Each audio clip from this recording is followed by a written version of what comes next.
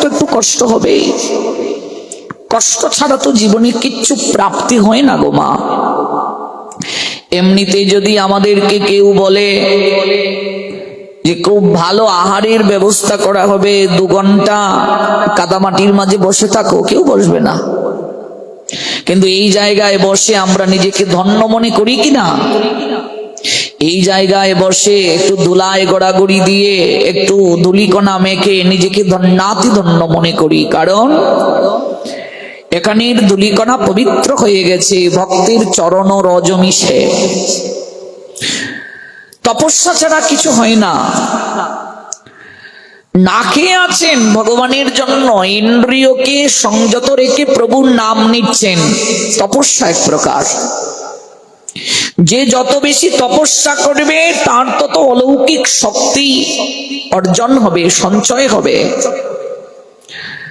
তপস্যা করব না, কষ্ট করব না, জীবন ধন্য হয়ে যাবে, তা তো হতে পারে না। ভগবান তাই নিজে আচরণ করে জগৎ জীবকে শিক্ষা দিয়েছেন। Whatever action a great man performs, common men follow, and whatever he standards by exemplary acts, all the world pursue. নিজে আচরণ না করলে জগৎ জীব কখনো আচরিত হবে না, আচরণ গ্রহণ করবে না। এই জন্য ভগবান নিজেও তপস্যা করে জগৎ জীবকে দেখালেন তপস্যা কিভাবে করতে হয়। গুরুকরণ করে জগৎকে গুরু গ্রহণ করার শিক্ষা দিলেন। গুরু আশ্রমে গিয়ে কেমন করে গুরু মায়ের সেবা করতে হয়, গুরুদেবের সেবা করতে হয়, গুরুদেবের প্রত্যেকটা বাক্যকে কেমন করে গ্রহণ করতে হয়। স্বয়ং ভগবান শ্রী গোবিন্দ তিনি পর্যন্ত কাষ্ঠ আহরণ করতে গিয়েছিলেন গুরুমাতার নির্দেশে। গুরুমা পাঠালেন, যাও কাষ্ঠ নিয়ে আসো জ্বালানির জন্য। অন্ন ফুটাতে গেলে চাল থেকে যে অন্ন হবে, ওই তন্ডুল ফুটাতে কাষ্ঠ প্রয়োজন অগ্নি প্রজ্বলনের জন্য। যাও কাঠ নিয়ে আসো। কাঠের বোঝা বহন করে গোবিন্দ নিয়ে এসেছেন। প্রত্যেকটা বাক্যকে পালন করেছেন, গুরু বাক্য পালন করেছেন গোবিন্দ। নিজে আচরণ করে জগৎ জীবকে শিক্ষা প্রদান করেছেন, তা না হলে জগৎ গ্রহণ করবে না। তপস্যা ছাড়া জীবনে কিছুই প্রাপ্তি হয় না। আমরা কষ্ট করতে চাই না, কিন্তু ফল লাভ করতে চাই। এটি হচ্ছে আমাদের দুর্ভাগ্য। আমরা এই শরীরকে খাটাতে চাই না, শরীরকে আরামায়েশে রাখতে চাই। আবার কেন আমার হলো না, কেন প্রাপ্তি হলো না, খুব কষ্ট, কেন পেলাম না। আজকাল ছাত্রছাত্রীরা পড়াশোনা করতে চায় না। এক সময় তো সবাই অটো পাস পাওয়ার জন্য আন্দোলন করেছিল। এখন প্রশ্নপত্র একটু কঠিন হয়ে গেলে আন্দোলনে নেমে যায়। প্রশ্নপত্র কেন কঠিন হলো? আমরা পড়াশোনা করতে চাই না, কিন্তু ফল লাভ করতে চাই, ফল চাই। সারাক্ষণ আমি অনলাইন ব্যবহার করলাম, টিকটক করলাম, হোয়াটসঅ্যাপ ব্যবহার করলাম, ইমো ব্যবহার করলাম, তো আমার কি করে প্লাস আসবে?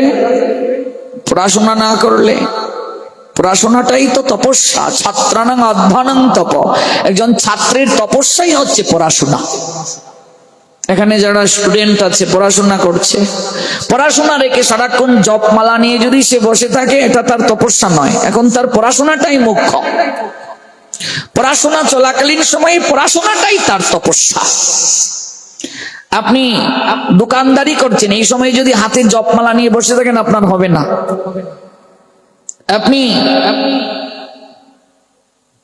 আপনি এই মুহূর্তে ক্রেতাদেরকে আপনি পণ্য দেবেন, তাদের সঙ্গে কথা বলবেন, এটাই আপনার ধর্ম, এটাই আপনার তপস্যা এই মুহূর্তে।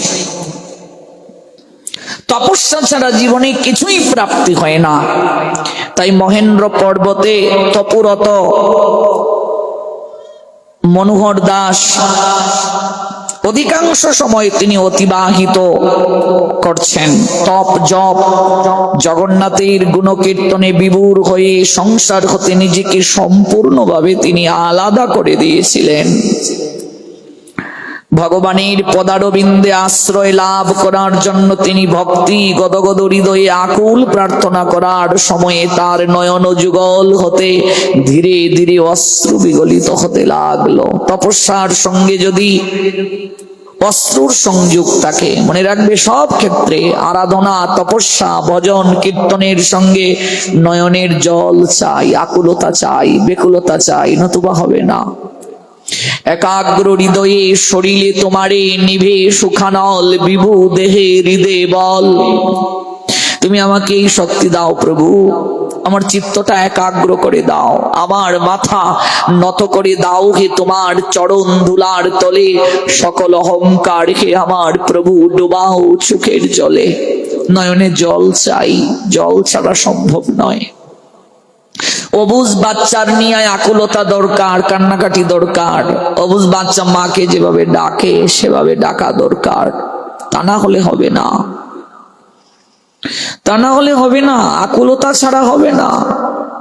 আমরা বসতে চাই না ভগবানের কাছে, মন চঞ্চল, একটা জায়গায় বসতে চাই না। জপমালা নিয়ে যে 30টা মিনিট এক জায়গায় বসবো সেটাও পারছি না। এইদিকে দৌড়াচ্ছি, ওদিকে দৌড়াচ্ছি, এদিকে হাঁটছি, ওদিকে হাঁটছি। আমরা নিবৃত স্থানে বসতে চাই না, কোলাহল যেখানে সেখানে গিয়ে বসতে পছন্দ করি। তাহলে হবে কি করে? আজ পর্যন্ত কোন সাধককে দেখেছেন সে কোলাহল পূর্ণ জায়গায় ভগবানকে পেয়েছে? ভগবান যাদেরকে দর্শন দিয়েছেন দেখেছেন? জনবসতি যেখানে, কোলাহল যেখানে, সেখানে দর্শন দিতে। আমরা ছোট্ট কিশোর জটিলের লীলা জানি। মাস্টার মশাই যখন এই দিব্য দধি দর্শন করে বিস্মিত হয়ে গিয়েছিলেন, জটিলকে তখন বলেছিলেন, এই দধি তুমি কোথা থেকে প্রাপ্ত হলে বাবা? আমার মধুসূদন দাদা দিয়েছে। তোমার মধুসূদন দাদাকে আমায় দেখাতে পারবে? নিশ্চয়ই পারবো। জটিল মাস্টার মশাই আর তার সাথীদেরকে নিয়ে এসেছিলেন ওই বন জঙ্গলের পাশে। এসে আকুল হয়ে দাদা মধুসূদন, দাদা মধুসূদন, ও দাদা মধুসূদন ডেকেছিলেন, কিন্তু ভগবান আসেননি, আসেননি ভগবান। মাস্টার মশাই তিরস্কার করে চলে গেলেন জটিলকে। জটিল কাঁদতে কাঁদতে লুটিয়ে পড়েছিল। কিছুক্ষণ পর ভগবান শ্রী মধুসূদন জটিলের সম্মুখে এলেন। কিরে ভাই, মনটা বিষণ্ণ তোর, কাঁদছিস কেন? অভিমান করে জটিল বলছে, তুমি আমার সঙ্গে আর একটি কথাও বলবে না? মাস্টার মশাই আর আমার পাঠশালার সাথীরা কত আগ্রহ সহকারে এসেছিল তোমায় দেখার জন্য, তোমায় এত ডাকলাম, তুমি কেন এলে না?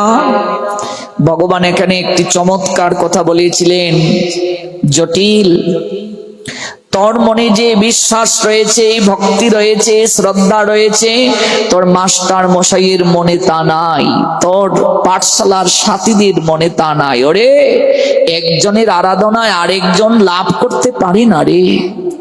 ওরে, আমি যাকে কৃপা করি আমি নিবৃত্তে তার কাছে আসি, কখনো আমি সবার সম্মুখে কাউকে কৃপা করি না। আমরা তো একা থাকতে চাই না, অথচ একা আসতে হয়, একা যেতে হয়, দুঃসময়গুলো একাই কাটাতে হয়। অমা ভুল বলছি? হ্যাঁ, অর্থহীন দেখে মুড়ে ছেড়েছে সবাই, কুটুম্ব আত্মীয় আর বন্ধুজন ভাই। দুঃখ হয়, হাসি পায়, একা বসে হাসি, মায়ার সংসারে কাকে ভালোবাসি। একটু বিপদে পড়ে গেলে দেখবে আত্মীয় স্বজন, বন্ধু বান্ধব কাউকে খুঁজে পাবে না। জীবনের দুঃসময়গুলো একা কাটাতে হয়। মানুষ জগতে আসে একা, মানুষ জগৎ থেকে যায় একা, কিন্তু মানুষ একা থাকতে ভয় পায়, একা ঘুমাতে ভয় পায়, একা চলতে ভয় পায়। যেদিন থেকে আপনি স্থিতপ্রজ্ঞ হয়ে যাবেন, উপলব্ধি করতে পারবেন এই পরম আনন্দকে, সেদিন আপনার আর কোলাহল ভালো লাগবে না, সেদিন আপনার হট্ট গন্ডগোল ভালো লাগবে না। যে যত ভজনের উপরের স্তরে উঠে যায় তখন সে আর কোলাহল ভালো পায় না, সে তখন একাকী থাকতে পছন্দ করে। একা থাকতে শিখতে হয়, সাধনাটা একা দরকার। নবীন ভক্ত একা করবে না, গুষ্টানন্দী হয়ে ভজন করবে, কিন্তু ভক্তির একটু উৎকর্ষতা যখন আসবে তখন তাকে একাকী চাই। হৃদয়ের ভাবটা আকুল সঙ্গে, বেকুলতার সঙ্গে প্রকাশ করাটা চাই, তা না হলে হয় না। আমরা একা থাকতে চাই না, মন স্থির নয়, এই জন্যই আমরা শান্তি পাচ্ছি না। যদি শান্তি পেতে চাও শান্ত হয়ে বসো, না বসলে শান্তি পাওয়া যাবে না। আমাদের দুঃখের মূল কারণটাই হলো আমাদের এই মন আমাদেরকে যন্ত্রণা দিচ্ছে। শরীরের যন্ত্রণা থেকে মনের যন্ত্রণা বেশি, মনের যন্ত্রণাই বড় যন্ত্রণা। অঙ্গ প্রত্যঙ্গ অনেক সময় কাজ না করে আছে, কিন্তু মন কাজ ছাড়া থাকতে পারে না। আমার ঠিক কিনা? সর্বক্ষণ কোনো না কোনো চিন্তা করছে মন, কোনো না কোনো কাজ করছে। এটা এত দ্রুত গতিতে চলে যায়, ওই চলে গিয়েছে ওই জায়গায়, আবার ওই জায়গায় চলে গিয়েছে, মুহূর্তের মাঝে চলে যায়। এই চঞ্চল মনকে ক্রমশ অভ্যাস আর বৈরাগ্যের দ্বারা ধীরে ধীরে শান্ত করা যায়। এই জন্য বসতে হয় এক জায়গায়। এমনকি কীর্তনে বলুন, পাঠে বলুন, আমরা বসতে চাই না। কীর্তনে যাই, বসতে চাই না। ভাগবত পাঠে 1.5 ঘন্টা সময় বসবো, বসতে চাই না। ওই এদিকে দৌড়াচ্ছি, ওদিকে হাঁটছি, ওইখানে দাঁড়িয়ে আছি, মন স্থির নাই। কীর্তনে যত লোক, তার থেকে অধিক লোক মেলায়, যেখানে মেলা হচ্ছে ওইখানে কেনাকাটা করছে। কীর্তনে যত লোক, তার থেকে অধিক লোক আনন্দ বাজারে। আনন্দ বাজার শুরু হয়ে গেছে, দেই দেই করে সব দৌড় শুরু করেছে। এখন স্থির নেই, আমাদের মনে স্থিরতা নেই। কীর্তনে গিয়ে যদি মেলায় ঘুরে কসমেটিক কিনতে হয়, তাহলে কসমেটিকের দোকানগুলো কি দুষ করলো গো? কীর্তনে গিয়েছি, বসে কীর্তনী শ্রবণ করব। ভাগবতে গিয়েছি, বসে ভাগবতী শ্রবণ করব। না বসলে হয় না, বসতে হয়। এটি তপস্যা। বসতে পারি না অথচ বসে আছি, এটি তো তপস্যা। তপস্যার দ্বারা শক্তি অর্জন হয়। তপস্যার সঙ্গে বলেছিলাম কি, অশ্রুর সংযোগ প্রয়োজন। নয়নের অশ্রু, শ্রাবণে যেভাবে বরিশন হয় সেইভাবে। রবি ঠাকুর বললেন, সকল অহংকার হে আমার প্রভু ডুবাও চোখের জলে। আমার এই চোখের জল দ্বারা আমার যত অহংকার আছে ধুয়ে মুছে পরিষ্কার করে দাও। এই যে আকুলতা, ভক্তি গদগদ হৃদয়ে আকুল প্রার্থনা করার সময় মনোহর দাসজির নয়ন যুগল হতে ধীরে ধীরে অশ্রু বিগলিত হতে লাগলো। বহুদিন ধরে তপুরত রওয়ার পর একবার তিনি জগন্নাথ দর্শনের লালসায় বিচলিত হয়ে উঠলেন। তাই মহেন্দ্র পর্বত থেকে নীলাচল ধামে যাওয়ার জন্য তিনি যাত্রা করলেন। পথিমধ্যে একটা মনোরম পুষ্করিণী তিনি দেখতে পেলেন, একটা পুষ্করিণী। সেই পুষ্করিণীর দিকে এক দৃষ্টিতে তিনি তাকিয়ে আছেন। উত্তম শতদল পদ্মের দ্বারা পূর্ণ হয়ে আছে পুষ্করিণীটা, সৌন্দর্যের স্বরূপ রূপে প্রতীয়মান। এত সুন্দর পদ্ম পুষ্পগুলো টলমল করছে। পদ্ম পুষ্প দর্শন করে একটা আধ্যাত্মিক আমাদের মাঝে দার্শনিকতা আসে। আমাদের জীবনটাও পদ্মের মতো রে মা। কে বলছেন? গোবিন্দ দাস বলছেন, এ ধন যৌবন পুত্র পরিজন ইথে কি আছে পড় তিতিরে, কমল দল জল জীবন টলমল ভজ হরি পদ নীতিরে। বলছেন এই ধন অর্থাৎ অর্থ, যৌবন, শরীরের ধন হচ্ছে যৌবন। অর্থ আর শরীরের যে ধন যৌবন, সন্তান সন্ততি, ওরা কেউ আমাদেরকে পরিতৃপ্তি দান করতে পারে না। এ ধন যৌবন পুত্র পরিজন ইতে কি আছে পরতিতিরে। ভারতের মাঝে সবচেয়ে বড় ধন কুবের কে? মুকেশ আম্বানি, নাম শুনেছেন? তার স্ত্রী যে জল গ্রহণ করে, জল পান করে, বিশ্বের মাঝে সবচেয়ে মূল্যবান, সবচেয়ে দামি জল। বুঝতে পেরেছেন? এই জল কেন তিনি গ্রহণ করেন? যৌবন ধরে রাখার জন্য, বার্ধক্যের ছাপ যেন না পড়ে। আজ পর্যন্ত এই জগৎ সংসারে যৌবন ধরে কেউ রাখতে পেরেছে মা? বৃদ্ধ হব না, হৃদয়ে এই ইচ্ছা থাকে, কিন্তু বাস্তবায়িত সম্ভব? শ্রীদেবীর নাম শুনেছেন? কত সুন্দরী নায়িকা। এই ঠোঁট কতবার প্লাস্টিক সার্জারি করেছিলেন তিনি লাবণ্যতা ধরে রাখার জন্য, কিন্তু সম্ভব হলো না, সম্ভব হলো না। কেউ পারেনি, পারবেও না। এ ধন যৌবন পুত্র পরিজন ইথে কি আছে পরতিতিরে। আমরা সবাই চাই আমার পুত্র দুধে ভাতে থাকুক, বেঁচে থাকুক, কিন্তু অনেক মায়ের আগে সন্তান মরে যায়, যায় কিনা? বাবার আগে সন্তান মরে যায়, যায় কিনা? কই ধরে তো রাখতে পারেনি। অর্থ সম্পদ কেউ ব্যয় করতে চায় না, কিন্তু আজ পর্যন্ত এই অর্থ সম্পদ কেউ ধরে রাখতে পারেনি।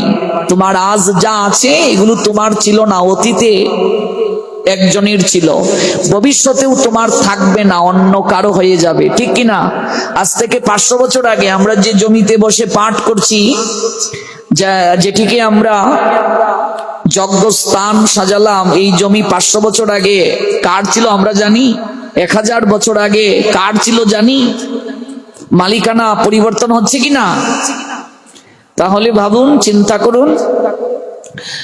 অর্থকে ভালোবাসে না এমন লোক খুঁজে পাওয়া কঠিন। আমরা সবাই অর্থকে ভালোবাসি, কিন্তু মনে রাখবে আমরা অর্থকে ভালোবাসি, কিন্তু অর্থ আমাদের ভালোবাসে না। আমি ভুল বলেছি? অর্থ আমাদেরকে ভালোবাসে না। আমরা টাকা করি, অর্থ বিত্তকে ভালোবাসি, কিন্তু টাকা আমাদের ভালোবাসে না। যদি অর্থ আমাদের ভালোবাসতো তাহলে অর্থ আমাদের ছেড়ে চলে যায় কেন? আজ যে রাজা কাল সে ভিখারি। অর্থ আমাকে আপনাকে ভালোবাসে না। যৌবনকে আমরা ভালোবাসি, কিন্তু যৌবন আমাদের ভালোবাসে না। সন্তানকে আমরা ভালোবাসি, স্ত্রীকে ভালোবাসি, স্বামীকে ভালোবাসি, কিন্তু এই জগৎ সংসারে কেউ কাউকে প্রকৃত ভালোবাসে না মা, কেউ ভালোবাসে না। আপনার স্বামী চলে গেল, কই যাওয়ার সময় তো একটু বলেও গেল না আপনাকে, হেরে আমি চলে যাচ্ছি রে, হ্যাঁ আমি তো তোকে কথা দিয়ে এসেছিলাম রে, আজ থেকে তোর হৃদয় আমার, আমার হৃদয় তোর, অগ্নিকে সাক্ষী রেখে আমি চলে যাচ্ছি, তুই ভালোভাবে থাকিস। ও মা বলে গিয়েছে মাসিমা, সময়ই পাই নাই বলে যাওয়ার। চোখের সামনে চলে গেল, তাকিয়ে রইলেন আপনি, কোথা থেকে যে শক্তিটা বের হয়ে গেল বুঝতেই পারলেন না, উপলব্ধি করতে পারলেন না। স্ত্রী স্বামীকে ভালোবাসে, স্বামী স্ত্রীকে ভালোবাসে, কিন্তু প্রকৃত পক্ষে কেউ কাউকে ভালোবাসে না। যদি ভালোবাসতো একজন আরেকজনের সঙ্গে যেত, কেউ কাউকে প্রকৃত পক্ষে ভালোবাসে না। এই জগৎ সংসারে আমরা যাদেরকে ভালোবাসছি সাময়িক সময়ের জন্য পরিতৃপ্তি পাচ্ছি না, অন্তরে অন্তরে আমরা এমন একজনকে অনুসন্ধান করছি, এমন একজনকে ভালোবাসতে চাইছি, যাকে ভালোবাসলে আমাদের এই ভালোবাসাটা যেন আর কোনোদিন হ্রাস না পায়। আমরা অন্তরে অন্তরে এমন একজনকে চাইছি। দেখবেন কোনো একটা যুবক ছেলে কোনো এক যুবতীকে ভালোবাসলো, তাকে যখন ছেড়ে চলে গেল তখন যুবকটি ভাবছে এই জায়গায় আমি অকৃতকার্য হয়ে গেছি, ও আমাকে কষ্ট দিয়েছে, আমি আরেকজনকে অনুসন্ধান করব, ওর মাঝে আমি আমার প্রেমিকাকে খুঁজে পাবো। চেষ্টা করে প্রথম কয়েকদিন কষ্ট পেয়ে কান্না করে বলেছিল জীবনে আর কাউকে ভালোবাসবো না, ভালোবাসার গোষ্ঠী কিলাই।